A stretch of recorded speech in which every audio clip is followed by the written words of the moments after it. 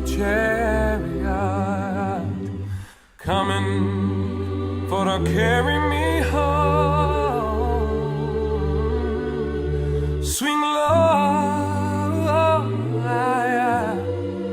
my sweet chariot coming for to carry me home. Swing low,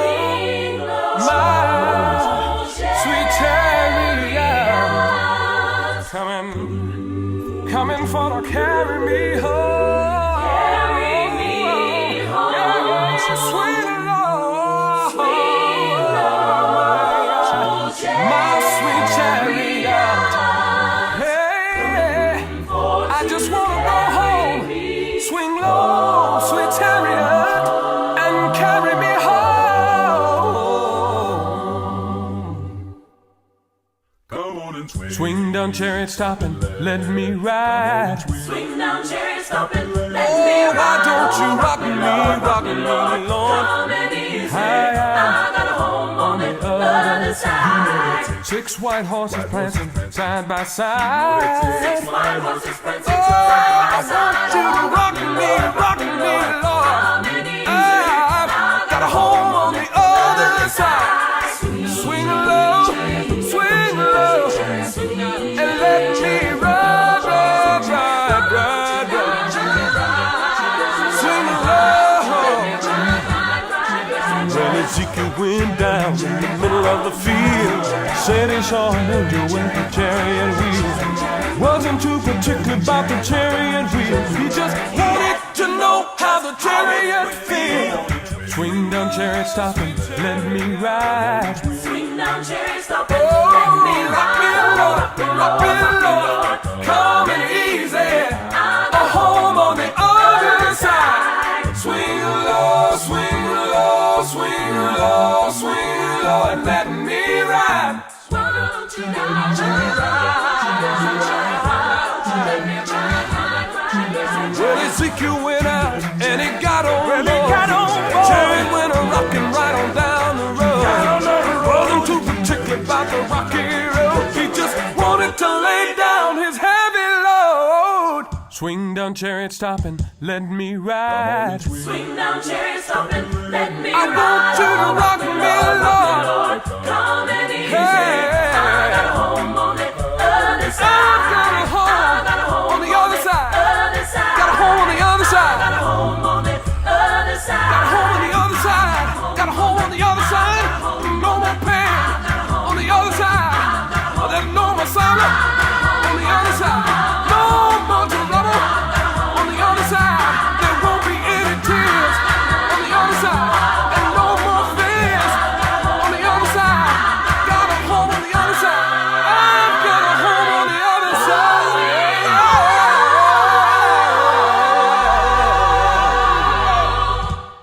Joshua, Joshua, Joshua, the leader of Israel. Joshua, Joshua, and the walls came tumbling down. Joshua, You fit the battle, Jericho, Jericho, the leader of Israel. you Joshua, fit the battle, Jericho, and the walls came tumbling down. Come on, down, down, down. You fit the battle, Jericho, Jericho, the leader of Israel. you fit the battle, Jericho, and the walls came tumbling down. You can talk about the men of Gideon. You can talk about the men of Saul. But there's none like good old Joshua at the battle of Jericho. You fit the battle, Jericho, Jericho, Jericho. You fit the battle, Jericho, and the walls came tumbling down. Come on, down, down, down. The walls of Jericho, he marched into that land. Go blow your ram horns, Joshua cried, 'cause the battle is in your hand. You fit the battle, Jericho, Jericho, Jericho. You fit the battle, Jericho, and the walls came tumbling down. Down, down, down.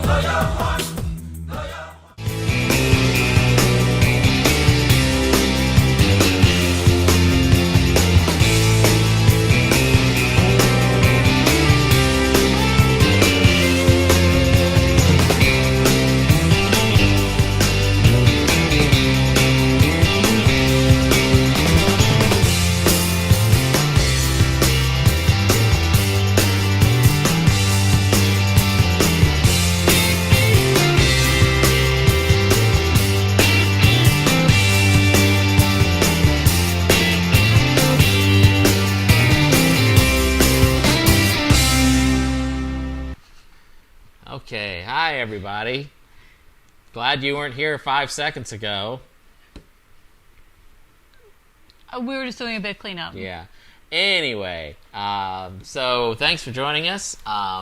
We were going to broadcast live today from on location, but it was a particularly windy day here. Not huge bad, but it was windy enough that it was going to be pretty difficult to broadcast outdoors. But we went to eat lunch. We had picnic at Glen Rose, Texas, which is just outside of the Dinosaur Valley State Park. And there wasn't a whole lot, but we got a little video to show you what we were doing earlier today. So here's our little 1-minute video of where we were just before we got here.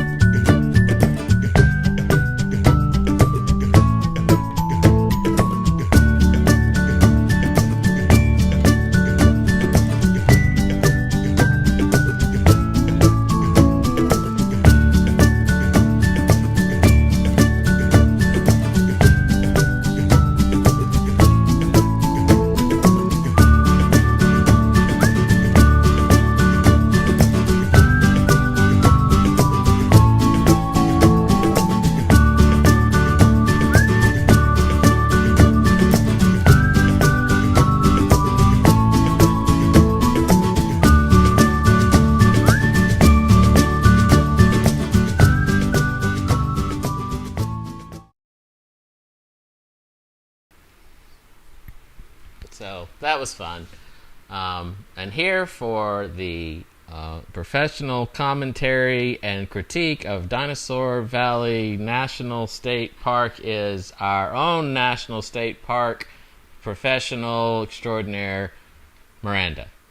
Oh, well, I was thankful that it wasn't terribly far away because it seemed like they really built this place up. And not only that, in order to get in, you had to have reservations for that day. Yes, we actually tried to go a couple of months ago, and we couldn't get, well, we drove up there once, and we had to leave because it was full. There was had to have reservations, and they were already full. And then we came back, and the next week, during the week, I tried to make reservations, but it was like full for 3 weeks out. And I'm like, man, this place must be something else. Yeah, I mean, it barely took us, not even 30 minutes to drive around, right? There, and we did get out, and we did As a you tiny saw, little the hike. Yeah, did a tiny little hike, and did see some of the dinosaur footprints and stuff, which that was pretty cool. It was, but that was about it. Yeah, that was it. That was it. Right Save there. the big plastic dinosaurs; those were there. Yes, they were there. They were very large. It wasn't nearly as all that it was built up to be. At least to me, people. You got to go see the dinosaur.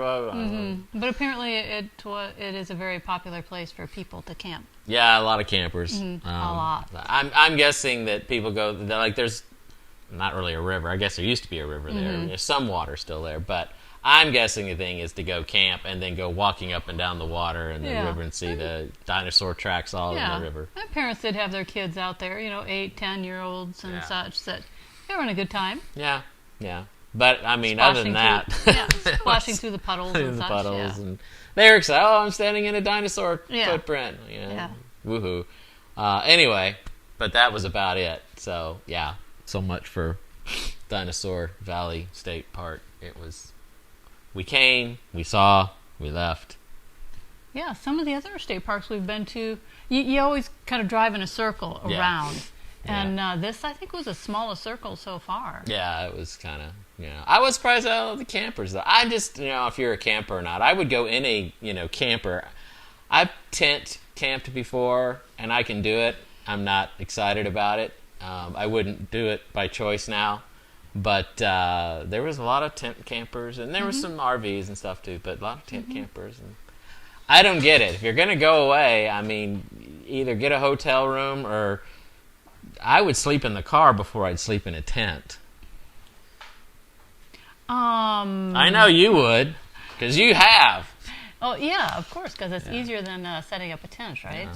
But I went tent camping with the kids once. Yeah, once. That's it. Twice. I've done this once. Twice, actually. Twice. Yeah. Yeah, twice. I've tried broccoli once. Anyway, I'd rather eat broccoli. speaking of broccoli, I like broccoli. with broccoli brings us to today's topic: golden opportunities of things not to eat. I mean, yeah, I guess some people like broccoli. Actually, I did when you fried it. Yeah. Right after I became diabetic, Yeah. I started to like fried Yeah. broccoli. Sauteed it up with some fresh garlic and such, but Yeah. Yeah. That was good. That was good. The problem is I've only ever had it like where it was slimy, and that was I love mushy ugh, broccoli. disgusting. Yum yum. Yeah. Anyway, so tell us, Miranda, what's our topic for today? Our topic for today, Brett, is Broccoli. no, it's not actually. It's about Joseph and golden opportunities. It's about the golden opportunities that come our way in life. That's right.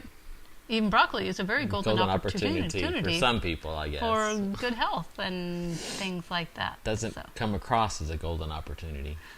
Doesn't look like a golden That's opportunity. right. It doesn't look like a golden opportunity, but No. that's the whole thing. I mean, while we look at Joseph's life, and he ended up there, second in command of all of Egypt, and lived a good life basically for close to 80 years than in Egypt in that position and such. And wow, what a golden opportunity! And we wish we all had opportunities like that, right? But these golden opportunities in life don't always come to us wrapped up in that pretty kind of paper. What? They don't? No. No. They God- don't always look like golden opportunities? God often presents them to us, and they're very unattractive, much like the golden opportunities Joseph was presented with Throughout his life. Yeah, throughout his life. But I mean, then Joseph, so we're going to track through Joseph's life. But if you look at, if I look at my own life, yes. Tell us, Brett. it's been, you could look at it in one sense as a series of utter failures over and over again. That's one way you could look at it. It is. Yeah. What do you mean it is? Why are you agreeing with me? You should say, no, it's not failures. They're golden opportunities. Oh, okay. They're golden opportunities. Thank Brett. you. Yes. Yes. No. And what did you do with your golden opportunities? Well, it's interesting because you never know, really, where they're going. For instance, when I got out of college, I could not find a job to save my life. I wanted to be a high school academy chaplain, Bible teacher, whatever, and had my degree and everything, and couldn't get a job to save my life. And so I went back to my first career, which was waiting tables, which I was very good at, by the way, but not what I wanted to do for life. And so I got really depressed because no one would hire me. And I'd had an amazing student teaching experience, and it was all the people like, you're going to be wonderful, you're going to be, and then I couldn't get a job. And so I remember that's probably the top time in my life where I can tell you I felt the most, this is what severe depression feels like. And then Madison Academy opened up, and that was a whole story of, a friend who they were going to hire said, oh, you should really call my other friend, Brett. He's the one you really want. And it was an amazing gesture of friendship, and they hired me, and it was an amazing opportunity, and everything was a wow. Yeah, and I mean... I would have never... It did not appear. Right, So. and yet, when you were, 12, 13 years old, and that chaplain was at your house, basically, with a group of students, Yeah. it was like God was telling you, this is what you're going to be doing. Yeah, which is why I thought, I know this is what God told me. I know He told me this. Why will no one hire me? Yeah. But all of that is truth, and then one day just God shows up with it in His own perfect In His timing, timing. because He knows the things that we need to learn and go through before we get to that experience. Right. And then I went to California, and I was at a church there for 3 years as a youth pastor. And I'll tell you, my experience at Madison Academy was wildly successful. It was an amazing experience where I started the drama team. And as amazing as that experience was, the 3 years at California in Sacramento was the exact opposite. And it was horrible. It was really not great. And there's different reasons why it wasn't great. But I was fired. I was out and out fired. And that's seemingly not a golden opportunity. But I'm going to get to a couple of them because I've been fired many times. And Well, a handful. That's many times. It's true. And, But he's used to it now. I'm used so, to it. You know. Nothing now. It's like, you fired me. And Better things are coming. Better things are coming. Yes. Yeah. So it was. And I've always said every time I've been fired, it's probably one of the best experiences and ways you could have gotten fired, because the senior pastor, he's like, this isn't working out. But what would you do if you could do anything? What would you do? And I said I've always wanted to get my master's degree in theater. But I can't find a school because I'm an Adventist, I'm a Christian. No school's going to, there are no Adventist colleges that give you a master's degree. And he said, well, you find the school and I'll make sure it happens. I'm like, right. And so I did. I found a school, UC Davis, that was going to take me because I was a Christian. And he made the Northern California Conference pay for it, which was a miracle. And I ended up fulfilling a dream. I got my MFA in theater and from being fired. But then I was out of job. I graduated and I didn't have a job, and I couldn't go to interviews going, I've got my Master's of Fine Arts in theater. Why don't you hire me? But it turned out the next place I went was Campion Academy, and it was out of the blue, it was out of nowhere, and Campion Academy is where we met. She had a few things to work through before she could really appreciate me for who I was. What a golden opportunity. What are you laughing at? Because the way we were ignoring each other when I first got there. It's true. But never mind. Yeah, never mind. And anyway. All things work together for all good. things work together for good. And I got fired from Campion Academy, but that led to the Aspen Camp School for the Deaf up in Aspen, Colorado, where I had gotten my sign language degree, and it provided me the opportunity to go work with the deaf. And so that was an amazing experience, and we were there for, a year and a half? Almost 2 years. Almost 2 years, I think. Almost yeah. 2 years. And then went to Las Vegas. And Las Vegas, I taught 1 year at a junior academy.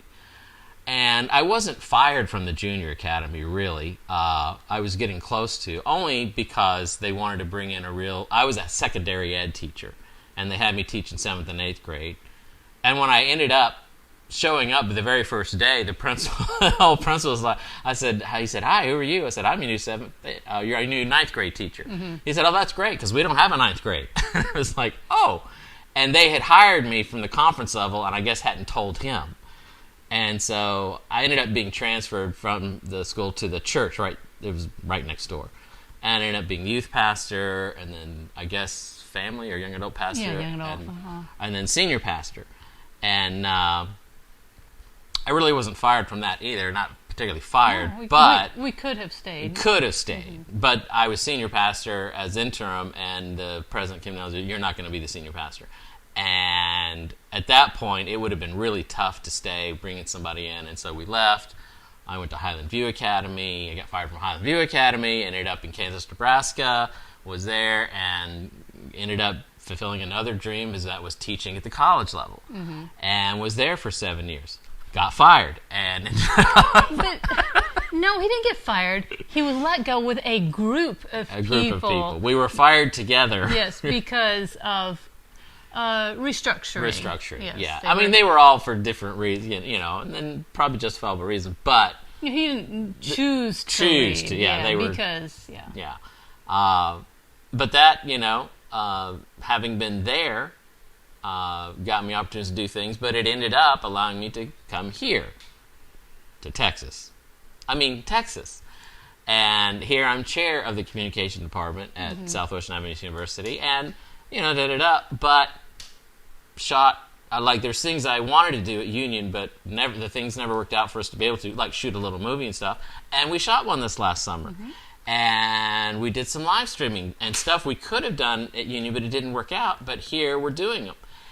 And so you wouldn't have called any of those golden opportunities. They did not look like, but they always led to what was the next thing. What was the next thing? And clearly something more that you enjoyed even more each It was time. a step up. It was a and dance. actually something that he had wanted to do each time. Well, I don't know if Maryland was.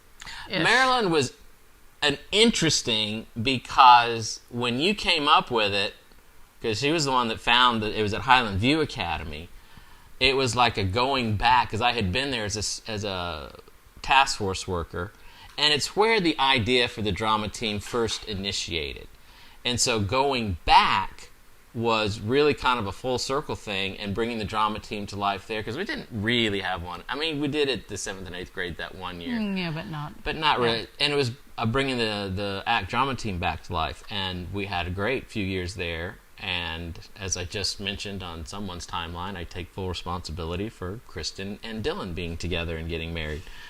And so you had an impact in people's lives there, you know. It was really cool. And so, yeah, it was a golden opportunity to do some more things that, like, I hadn't had the drama team, and that really was a lot of fun, because it was a big part. It's a big part of my life. And again, it wouldn't have come up. God didn't hand me this, neatly wrapped, beautiful gift going, look what I've got for you. It was more of a, what the heck? Why is this happening again? And yet, the next thing was, it was never a going backwards. It was never a, well, no. I mean, I would have gone to Walmart, absolutely. I'm not saying anything's wrong with working McDonald's, but it was never anything like that where I had to go, well, I'm going to go sweep streets now instead of, teach. But that's kind of what we're saying, like, look at your life, and we're going to look at Joseph's life, but mine was just like that. It was like, what the heck is this? And it led to the next thing. Oh my goodness, why? I thought this was the next thing. What is, and it led to the next thing. And eventually you just get, okay, fine, this is over now, so what's next? And you just kind of... yeah, it's true. Well, yes. It was funny, because the first time when Brett lost his job basically in Maryland, and spent 7 months of unemployment and 7 months of severance pay, it was like, well, you know what? The second time he lost his job there in Lincoln, it was like, been there, done that. Got severance pay. We are good. I tell you, God had a whole different trip in mind on that one. Yeah. He took having faith and running out of severance pay and all that kind of stuff into a whole deeper level. Yeah. So, but golden opportunity to, grow your faith. God growing your faith and seeing really who he is. And I tell you what, sometimes, he's got something in mind, he's got it in mind, and you aren't getting out of that. This is how he wants it, and once, you committed to that, and he makes sure it happens. It's really very interesting. Oh, yeah. To see him come along and do that. I was bound and determined we were going to move out of that house that we were living in Lincoln. Yeah. I think at least 3 or 4 times we made a solid effort, and God intervened in interesting ways. I was never as committed to it as she was. I was sort of kind of going along. Yeah, he was never as committed as I was, but it made sense to save money by moving out, right? But every time something came up that it just wasn't going to happen. Yeah. So finally I gave up, and that was that. And we stayed living there till we moved out. Yeah. And it was a house that I always thought we couldn't afford to live in while Brett had a job, let alone while he didn't. But the rent got paid, so it was awesome. There you go. So now that we've bared our souls to the world, shall we just do a little wrap-up? Well, we were doing a parallel like to Joseph, You wouldn't have called the events in his life golden opportunities either. You wouldn't have called being sold into slavery a golden opportunity. You wouldn't have called working as a slave for Potiphar, or being tempted by Potiphar's wife, or going to prison for not falling for that temptation, for not sleeping with the boss's wife. You wouldn't call all that golden opportunities, but wow, they were all golden opportunities to live out the path, the narrow path, by the way, of righteousness that God had for him to live. We kind of tend to think of golden opportunity as, oh, I've won the lottery, or, oh, I'm getting something. Like, golden opportunity, in the general sense, to people is like, oh, this is a golden opportunity for me to move up in the world, to get a better paying job, to be more powerful, to be more whatever. And yet, golden opportunity really, probably from God's perspective, is more about a golden opportunity to exercise, stretch, or grow your faith. Or it's about God, not us. Right. Basically, golden opportunities are not there to increase us, but to increase God. The people can look at your life, and you can look at your life and go, wow, isn't God awesome? Not, wow, I sure am awesome. Yeah. It's they can look at you and go, wow, isn't God awesome for how he worked in their life and how he is working in my own life and such. So, Yeah. So basically, we are going to move on to the golden rule. Basically, any golden opportunity is an opportunity to live out the golden rule. Which we all know is, who has the gold makes the rules. Or as Matthew 7:12 puts it. Oh, right. What Matthew says. That's a better one. So, Jesus said this, by the way. Matthew says that Jesus said this. So in everything, do to others what you would have them do to you, for this sums up the law and the prophets. I actually found, and I wanted to read this because a lot of us have heard the golden rule: do unto others as you would do, have them do unto you. And it's interesting, and it's the golden rule, and everybody, but I found something I thought was really cool. It is kind of like a reasoning behind the golden rule, and this is from a philosopher named Michael Josephson. And he says, the core of the golden rule is a moral obligation to treat others ethically for their sake, not ours. So it's for them, not us. Even if it's better than the way they have treated us. Why? Not because it's advantageous, but because it's right. And because the way we treat others is about who we are, not who they are. Yes, that's true. And we are who we are because of the power of God at work within us. Yes. Once again, the glory goes to God and not to ourselves. Yeah, the golden rule is about, again, a lot of it comes back to relationships, about our connection to God. Again, right. It's about what He's done in us, what He's made us. Right, because it ends with, for this sums up the law and the prophets, the law and the prophets basically being the law of God, right? Which is to love God first, and then to love our fellow man as ourselves. And so that goes along with what Brett was talking about.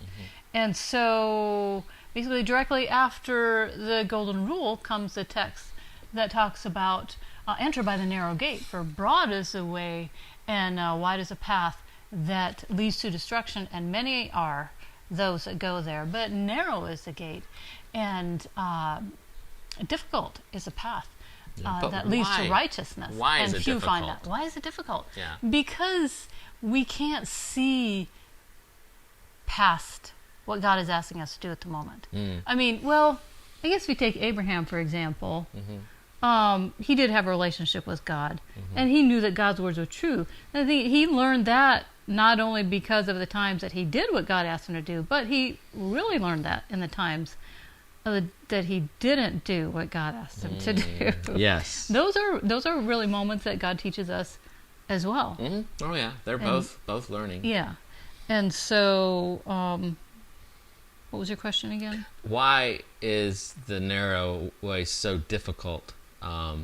Because take for example, so a golden opportunity is this crossroads of choice, and we are carrying along things like, let's take Joseph's brothers for example. Why did they sell him into slavery?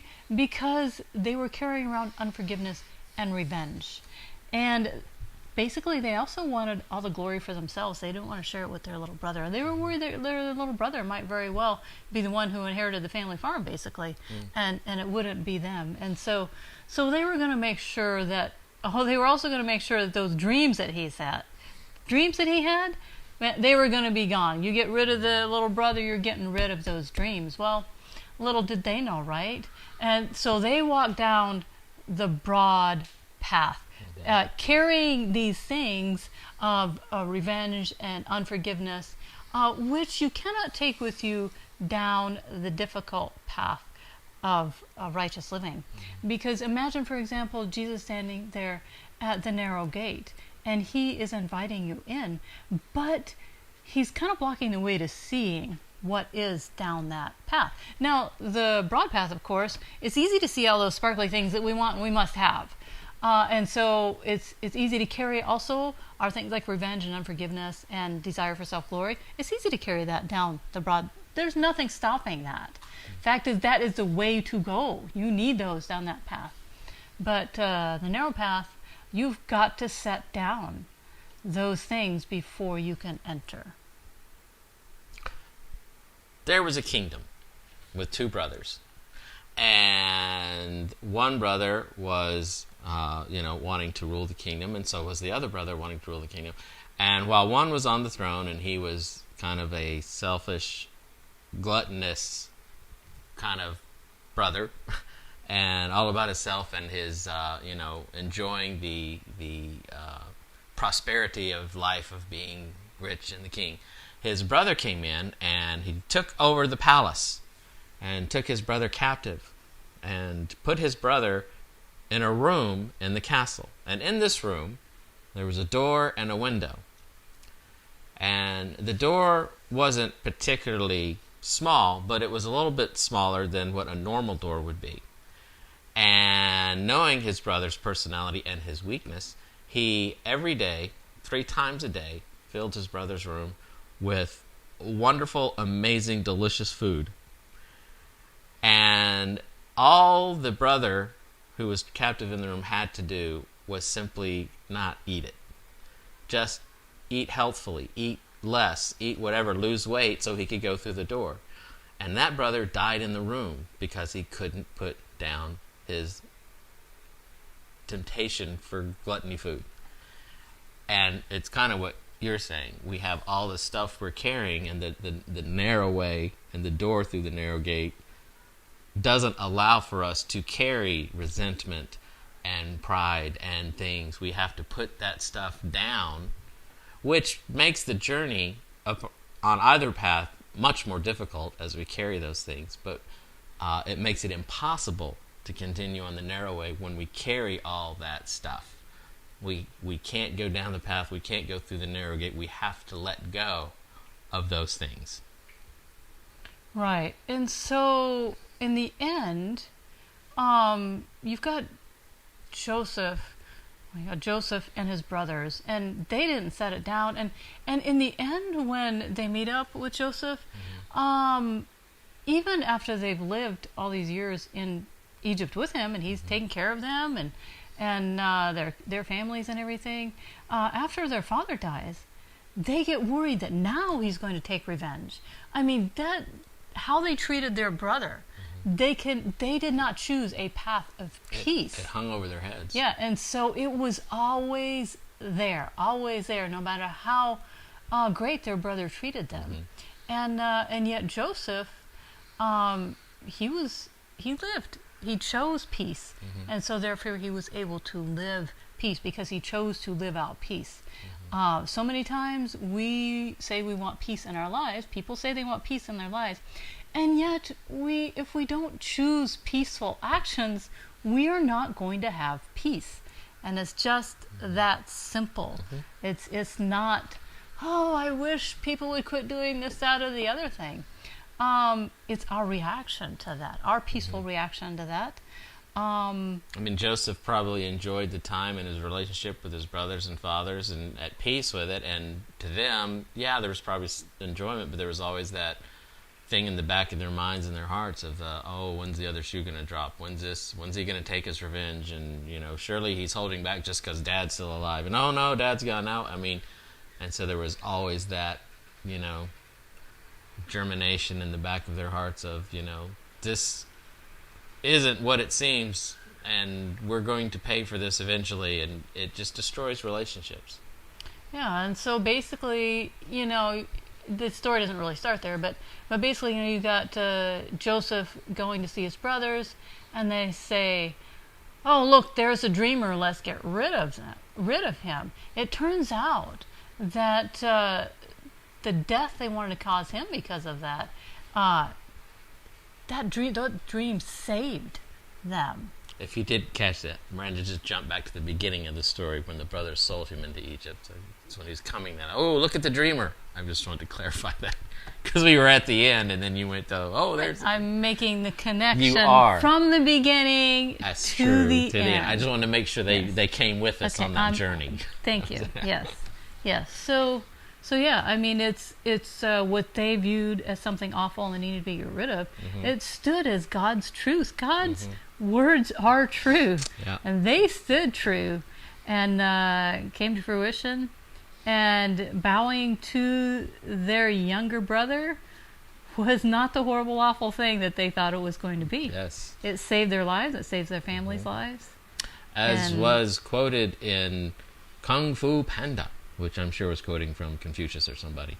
We often meet our destiny on the path we take to avoid it.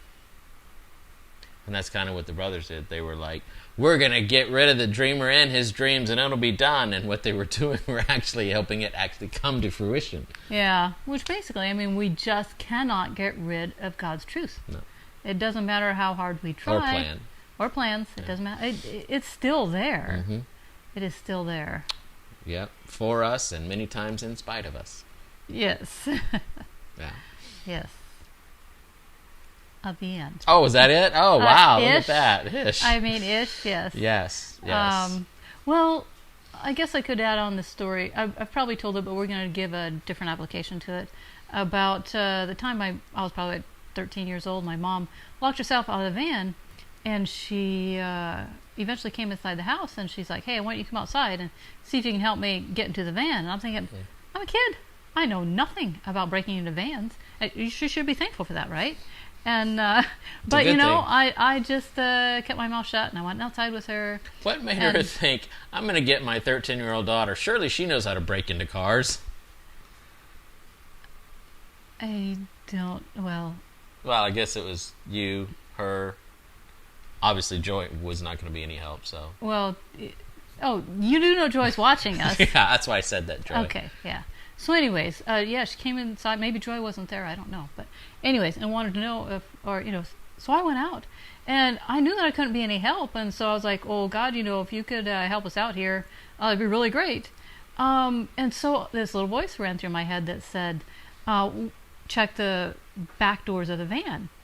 And I said, no, why would I do that? Now, surely my mom has checked all of the doors. Otherwise, she wouldn't be locked out of the van, right? And, I don't know, my mom talked for at least another 5 minutes or longer about this and that and what we could do and whatever. And then she went back and she checked the back van doors. And wouldn't you know, they opened. And it was one of those moments in time where I definitely learned that maybe I should have listened to the little voice. Because it couldn't have hurt anything, right? Yeah, just one of those times that proved that hearing the words of God and hearing and doing the words of God are two entirely different things. Yep.